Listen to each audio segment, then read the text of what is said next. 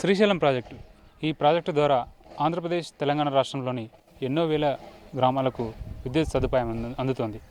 కానీ ఆ విద్యుత్ సదుపాయం అందే కోణంలో ఎన్నో వేల మంది రైతుల త్యాగం దాగి ఉంది. శ్రీశైలం ప్రాజెక్టు కోసం సర్వం అర్పించినటువంటి రైతుల కుటుంబాల దీనగాథపై ఇవాళ చర్చిద్దాం.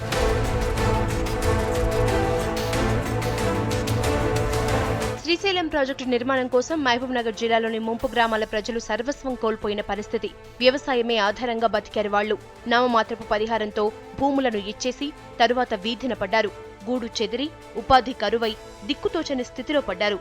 ఉద్యోగాల కోసం 30 ఏళ్లుగా గోసపడుతున్న శ్రీశైలం ముంపు నిర్వాసితుల సమస్యలేంటో ఇప్పుడు చూద్దాం.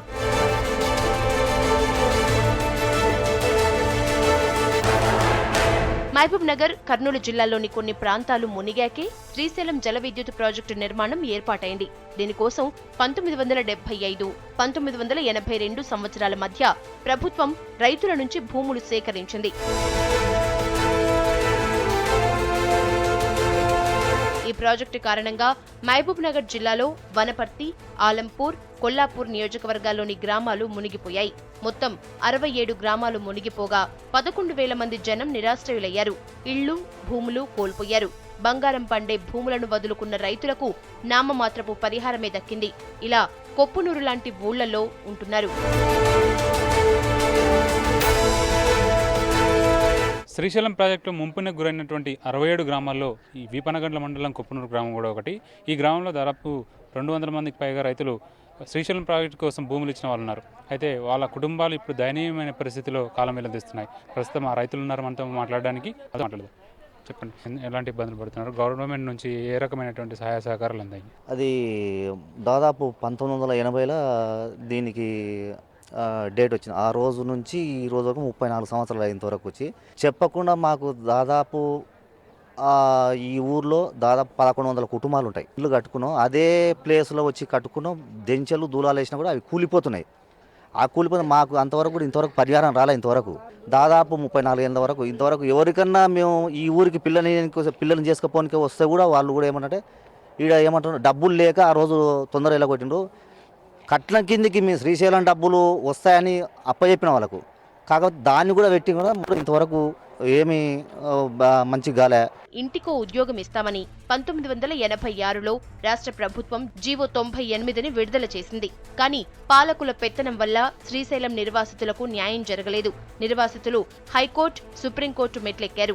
1993లో కోర్టు తీర్పుతో మహబూబ్ నగర్ జిల్లాలో 105 మంది నిర్వాసితుల జాబితాను అధికారులు తయారు చేశారు. 2012లో మరో 95 మంది జాబితాను తయారు చేశారు. కానీ చివరకు ఆ 2 లిస్టులు కలిపి 40 మందికి మాత్రమే ఉద్యోగాలిచ్చారు. మరో 128 మందికి అవుట్సోర్సింగ్ ద్వారా కర్నూలు జిల్లాలో మున్సిపల్ ఉద్యోగాలు ఇస్తూ గత ముఖ్యమంత్రి కిరణ్ కుమార్ రెడ్డి జీవో ఇచ్చారు. కానీ తెలంగాణ వాళ్లనే కారణంతో అక్కడి అధికారులు మహబూబ్ నగర్ జిల్లా నిర్వాసితుల్ని చేర్చుకోలేదు. దీనితో ఎన్నో ఏళ్లుగా సాగిన సమస్య మళ్లీ మొదటికొచ్చింది.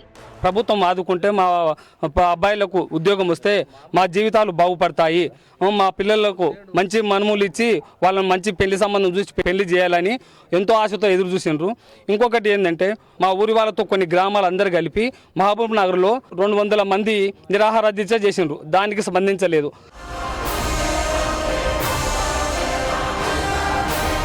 శ్రీశైలం నిర్వాసితులు దాదాపు 3 దశాబ్దాలుగా తమ న్యాయమైన డిమాండ్ల పరిష్కారం కోసం చేయని పోరాటం లేదు. ఉద్యోగాల కోసం ఆశగా ఎదురు చూస్తున్నారు. 2000 మంది పైగా ఉద్యోగాల కోసం దరఖాస్తు చేసుకుంటే ఉద్యోగాలు రాక విసిగి వేసారి చనిపోయిన వారు ఎంతోమంది ఉన్నారు. ప్రభుత్వంలో చలనం లేకపోవడంతో పోరాటాలతో సమస్యను పరిష్కరించుకుందామని నిర్ణయించారు నిర్వాసితులు. ఫలితంగా శ్రీశైలం ప్రాజెక్టు నిర్వాసితుల సంఘం ఏర్పాటైంది. అధికారుల నుంచి ఎన్ని బెదిరింపులు వచ్చినా వెనక్కి తగ్గలేదు. ప్రభుత్వ హామీ ప్రకారం తమకు ఉద్యోగాలు ఇచ్చే వరకు పోరాటం ఆపబోమని నిర్వాసితులు చెప్తున్నారు. ఎన్నో ఉద్యమాలు చేశారు. గవర్నర్ దగ్గర నుంచి ముఖ్యమంత్రులు, మంత్రులు, ఎమ్మెల్యేల చుట్టూ తిరగని రోజులేదు. అయినా వీరి సమస్యకు పరిష్కారం దొరకలేదు.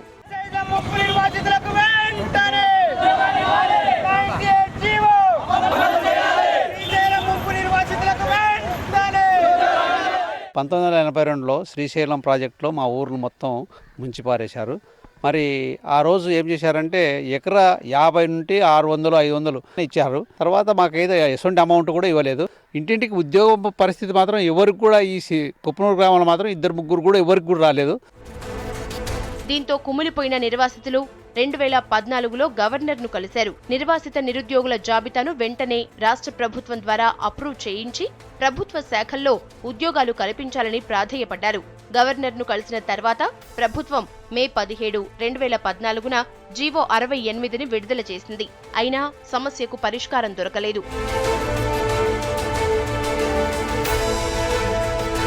దాదాపు 30 ఏళ్లుగా ఉద్యోగం కోసం ఎదురు చూస్తూ 600 మందికి పైగా వయసు పైబడిపోయింది. 400 మందికి పైగా చనిపోయారు. 2013 డిసెంబర్ 27న కలెక్టర్ గిరిజా శంకర్ చైర్మన్ గా కమిటీ ఏర్పాటైంది. 2000 మందితో ఫైనల్ జాబితా రెడీ చేశారు. కానీ ఇంతవరకు ఒక్కరికి కూడా ఉద్యోగం రాలేదు.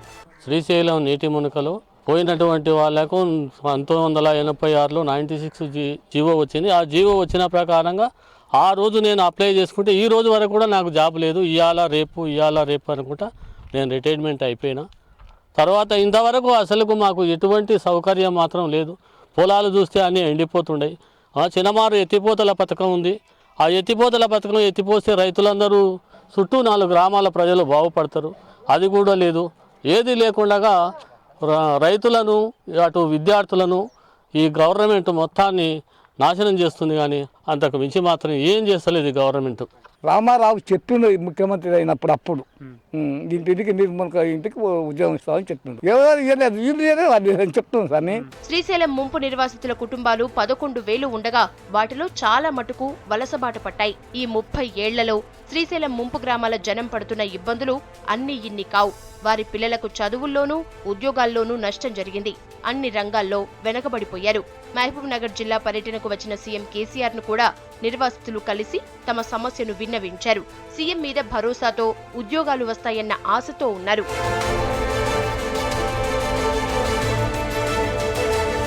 శ్రీశైలం ప్రాజెక్టు నిర్వాసితుల కోసం గత ప్రభుత్వాలు విడుదల చేసిన జీవోలన్నీ నీటి మీద రాతలుగానే మిగిలిపోయాయి. ఇప్పటికైనా సరే తెలంగాణ ప్రభుత్వం స్పందించి 3 దశాబ్దాలుగా తమ జీవితాల్లో నిండిపోయినటువంటి అంధకారాన్ని తొలగించి తమ జీవితాల్లో వెలుగు పంచాలని శ్రీశైలం నిర్వాసితులు కోరుతున్నారు. కెమెరామెన్ శ్రీనివాస్తో కలిసి బాలకృష్ణ, V6 న్యూస్, మహబూబ్ నగర్.